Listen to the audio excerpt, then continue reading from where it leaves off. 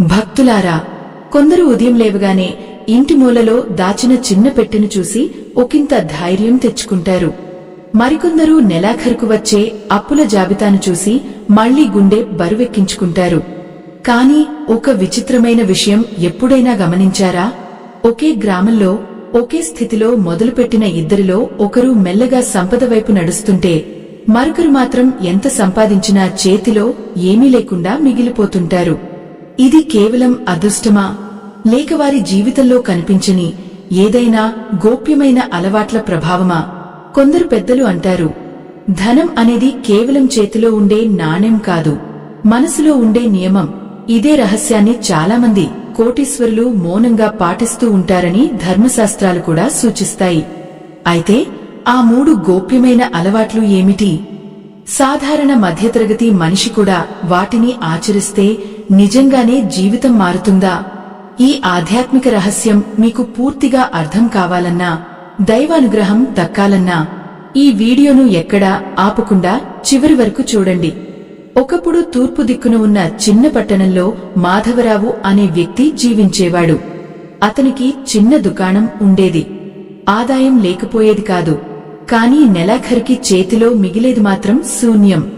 ఇంట్లో పిల్లల అవసరాలు, అప్పుడప్పుడు వచ్చే అనారోగ్య ఖర్చులు, ఊహించని సమస్యలు, ఇవన్నీ అతని జీవితాన్ని ఎప్పుడూ భారంగా ఉంచేవి.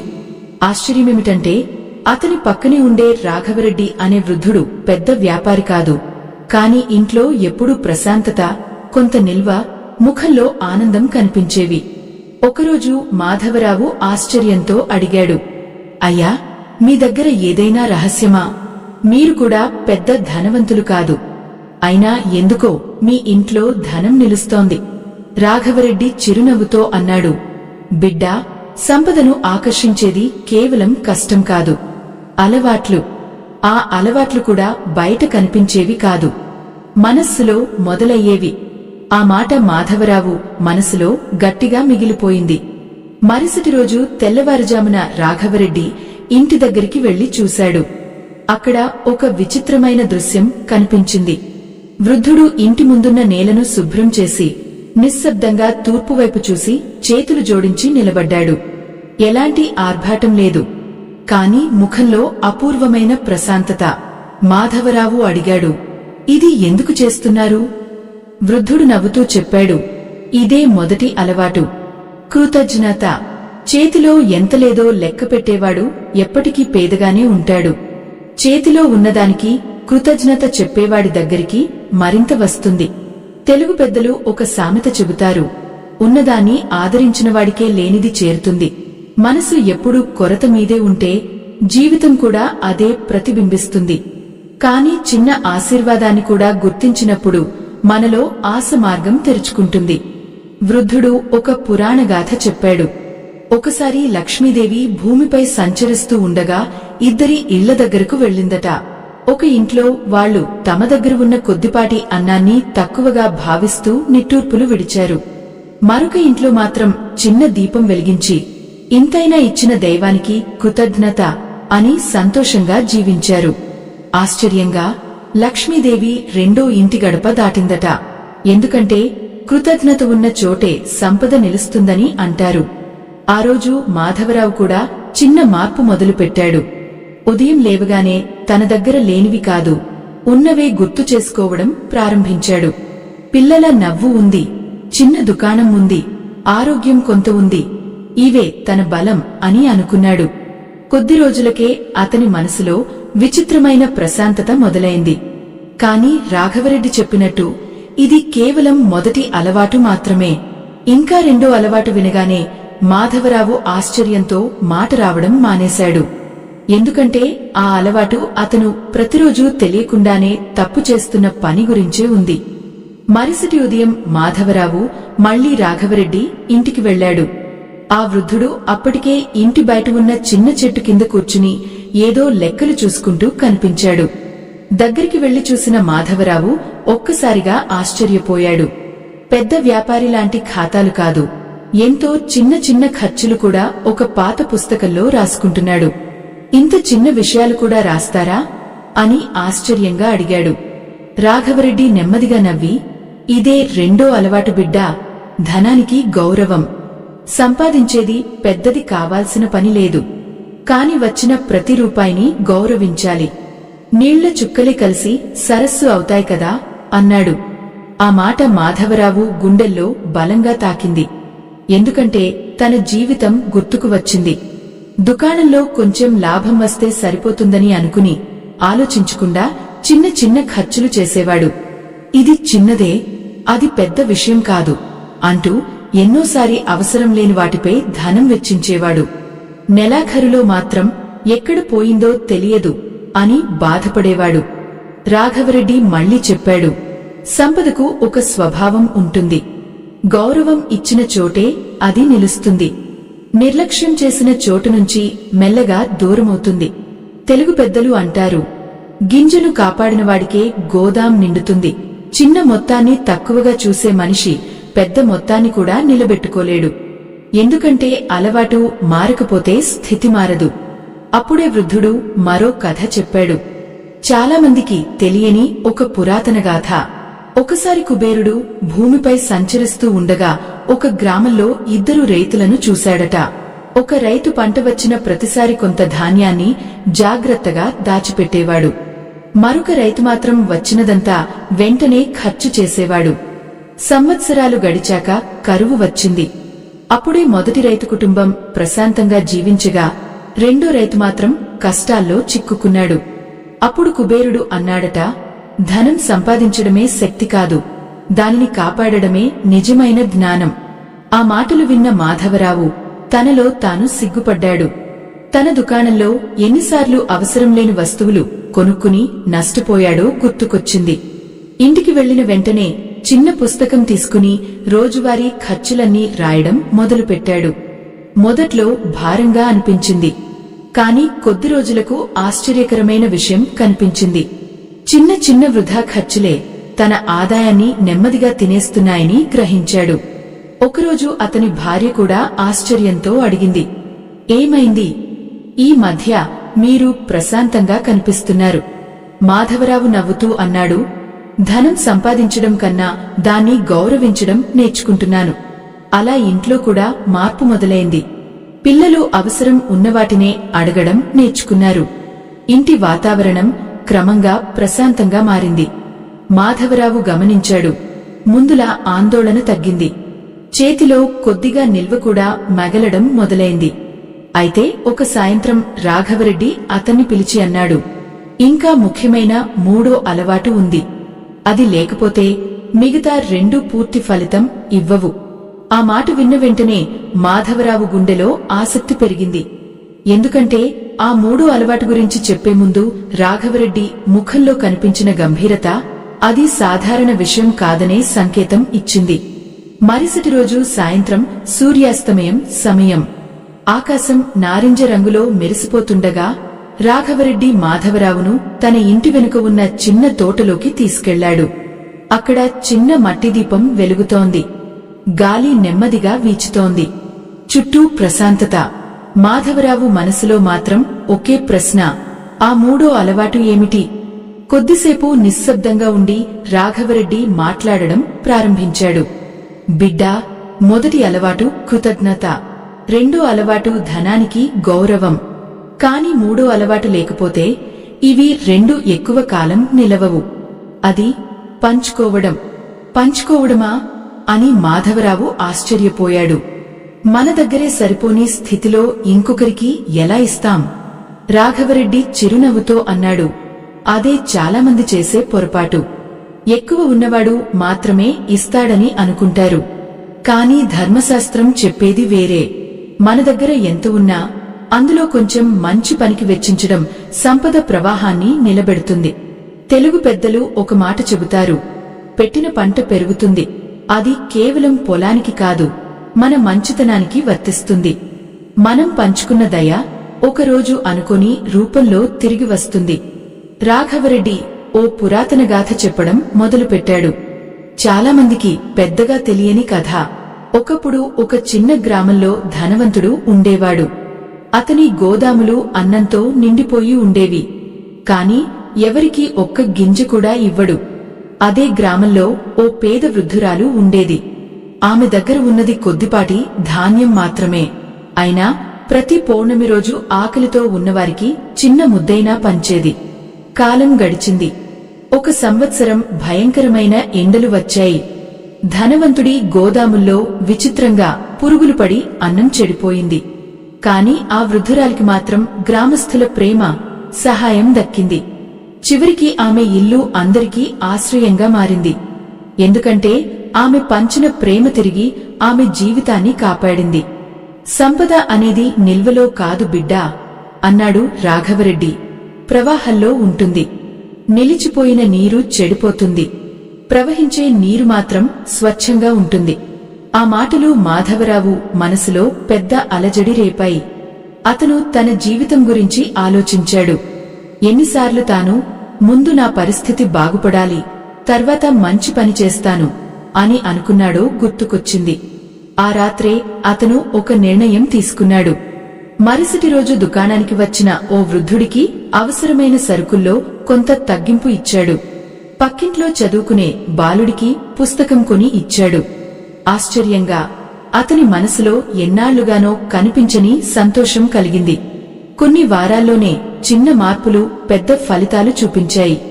దుకాణంలో కస్టమర్లు పెరగడం మొదలైంది. ఊరిలో అతని పేరు మంచిగా వినిపించడం మొదలైంది. ఇంట్లో కూడా నవ్వులు పెరిగాయి.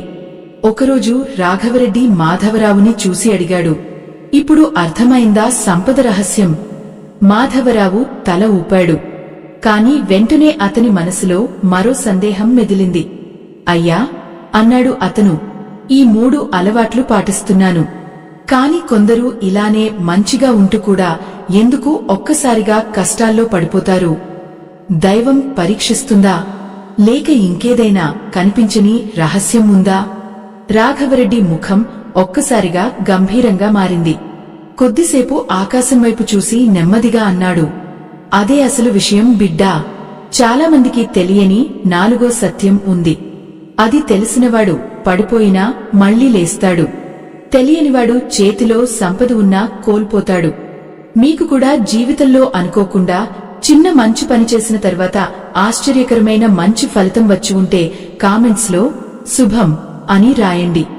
ఆ మాటలు విన్న మాధవరావు గుండె వేగంగా కొట్టుకుంది. 4వ సత్యమా అని ఆశ్చర్యంగా అడిగాడు. ఇప్పటివరకు 3 అలవాట్లు అన్నారు కదా? రాఘవరెడ్డి చిరునవ్వుతో తల ఊపాడు. అవును బిడ్డా, సంపదను ఆకర్షించేవి 3 అలవాట్లు. కాని వాటిని కాపాడేది ఒక అంతరంగ సత్యం. అది లేకపోతే సంపద నిలవదు.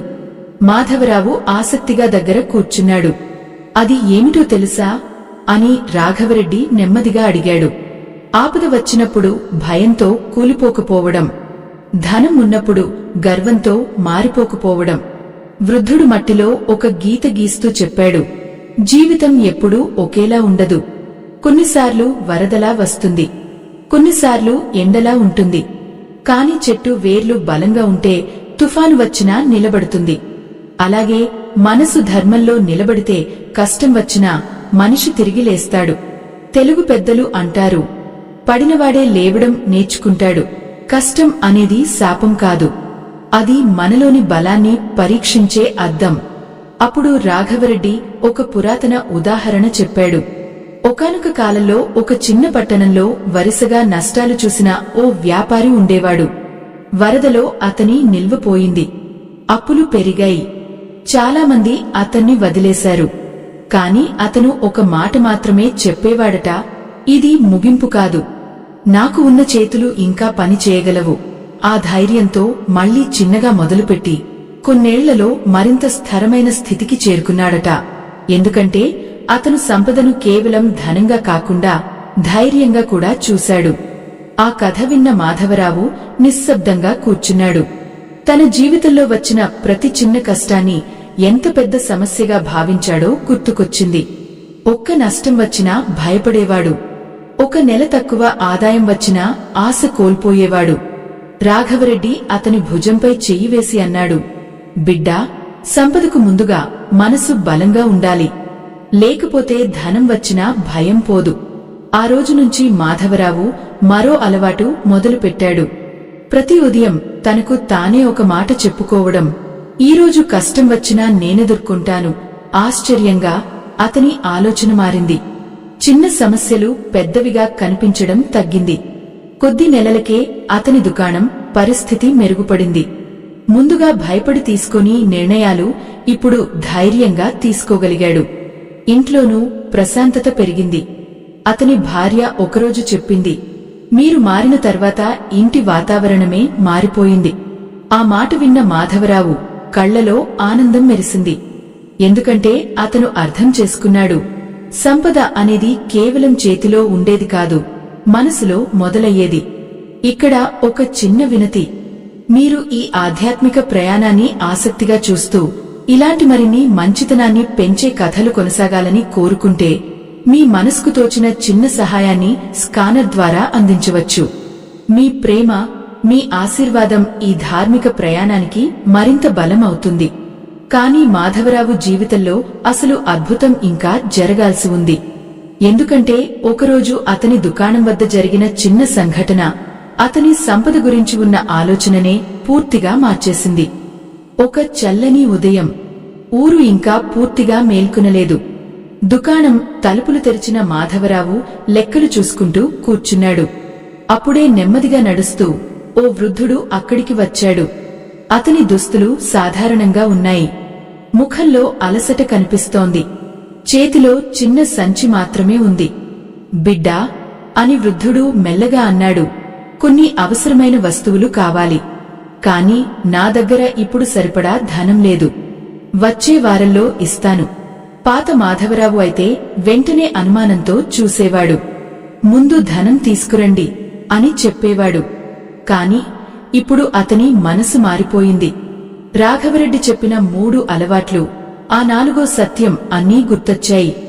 అతను చిరునవ్వుతో అన్నాడు, పర్లేదు అయ్యా, అవసరమైనవి తీసుకెళ్ళండి. వృద్ధుడు ఆశ్చర్యంగా చూశాడు. నన్ను నమ్ముతున్నావా? మాధవరావు ప్రశాంతంగా సమాధానమిచ్చాడు. మనిషిని అనుమానంతో కాదు, దయతో చూడాలి అని నేర్చుకుంటున్నాను. ఆ వృద్ధుడు వెళ్లిపోయాడు. కాని ఆ సంఘటన తర్వాత మాధవరావు మనసులో విచిత్రమైన శాంతి ఏర్పడింది. ఎందుకో తెలియదు కాని ఆ రోజు మొత్తం అతని దుకాణంలో కస్టమర్లు పెరిగారు. ఎన్నాళ్లుగానో రావని కొందరు పాత ఖాతాదారులు కూడా తిరిగి వచ్చారు. సాయంత్రం రాఘవరెడ్డి దగ్గరకు వెళ్లి జరిగిన విషయం చెప్పాడు. వృద్ధుడు చిరునవ్వుతో అన్నాడు, బిడ్డా, మంచి మనసు వృధా కాదు. కాని జ్ఞాపకం పెట్టుకో, మంచితనం అనేది బలహీనత కాదు, వివేకంతో కూడిన దయ కావాలి. అతను ఒక తెలుగు సామెత చెప్పాడు, మంచి విత్తనం వేసిన పొలం ఎప్పుడో ఒకరోజు పంట ఇస్తుంది. మనం చేసే మంచి పని వెంటనే ఫలితం ఇవ్వకపోవచ్చు, కాని అది కనిపించని మార్గాల్లో తిరిగి వస్తుంది. ఆ తర్వాత కొన్ని రోజులు గడిచాయి. ఒక మధ్యాహ్నం దుకాణం ముందు పెద్ద వాహనం ఆగింది. అందులో నుంచి శుభ్రమైన వస్త్రాలు ధరించిన వ్యక్తి దిగాడు. అతడిని చూసి మాధవరావు ఆశ్చర్యపోయాడు. ఎందుకంటే అతడే ఆ వృద్ధుడు. కాని ఇప్పుడు ఎంతో గౌరవంగా కనిపిస్తున్నాడు. వృద్ధుడు నవ్వుతూ అన్నాడు, ఆ రోజు నువ్వు నన్ను నమ్మావు కదా. నేను ఈ ప్రాంతంలో పెద్ద సరుకుల వ్యాపారం చూసుకుంటాను. చాలా చోట్ల మనుషుల ప్రవర్తనను గమనిస్తాను. నిన్ను పరీక్షించడానికి సాధారణ వ్యక్తిలా వచ్చాను.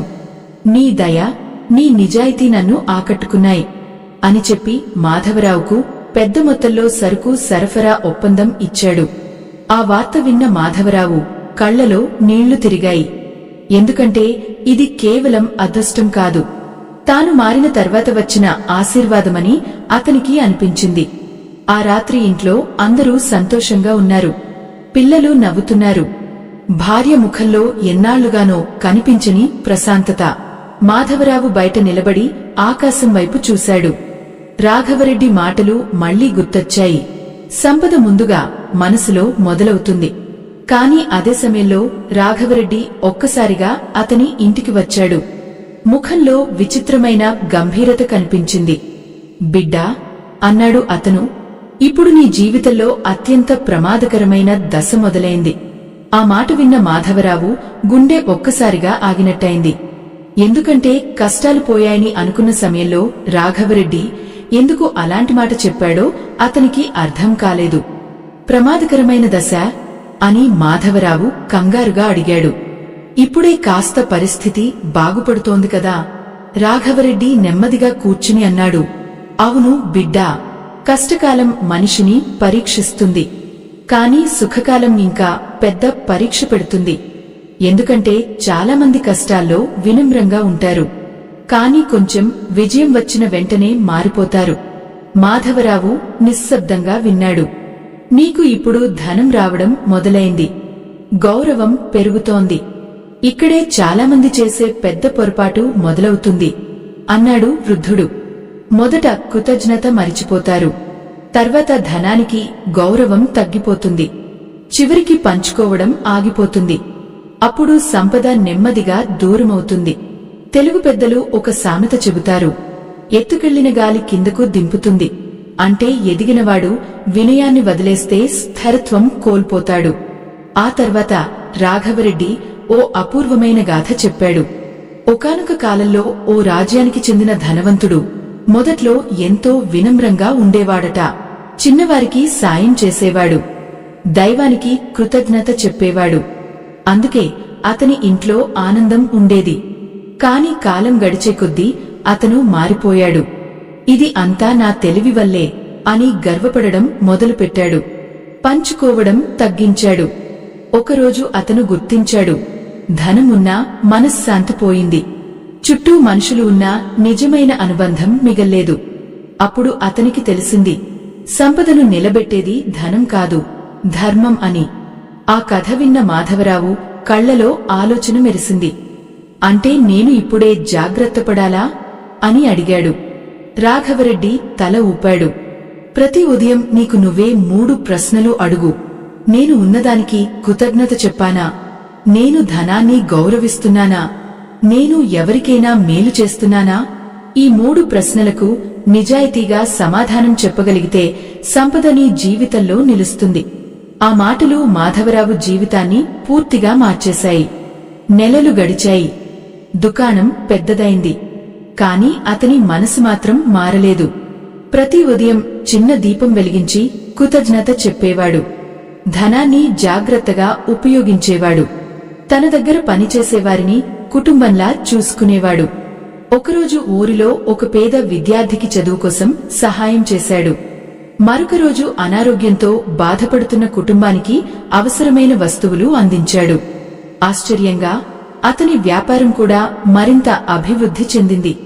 కాని ఈసారి అతను అర్థం చేసుకున్నాడు, నిజమైన సంపద అనేది కేవలం నాణేలు కాదు, మనసు ప్రశాంతంగా ఉండటం. ఇక్కడ ఒక చిన్న వినతి, మీరు ఇలాంటి ఆధ్యాత్మిక కథలు, మంచితనాన్ని పెంచే ప్రయాణాలు కొనసాగాలని కోరుకుంటే మీకు తోచిన చిన్న సహాయాన్ని స్కానర్ ద్వారా అందించవచ్చు. మీ ఆదరణ ఈ వెలుగును మరింత మందికి చేర్చుతుంది. చివరగా మాధవరావు తన పిల్లలకు ఒక మాట చెప్పేవాడు, ధనం వెంబడించుకు, మంచి అలవాట్లు వెంబడించు, అప్పుడు ధనమే నీ వెంటే వస్తుంది. అదే ఈ కథ మనకు నేర్పే గొప్ప సత్యం. కృతజ్ఞత, ధనానికి గౌరవం, పంచుకోవడం, ఈ 3 అలవాట్లు మనసులో మొదలైతే జీవితం క్రమంగా వెలుగులోకి వస్తుంది. ఎందుకంటే సంపద బయట నుంచి రాదు, అది ముందుగా మన ఆలోచనల్లో పుడుతుంది. ఈ ఆధ్యాత్మిక ప్రయాణం ఇక్కడితో ముగిసిపోయింది. స్వస్తి.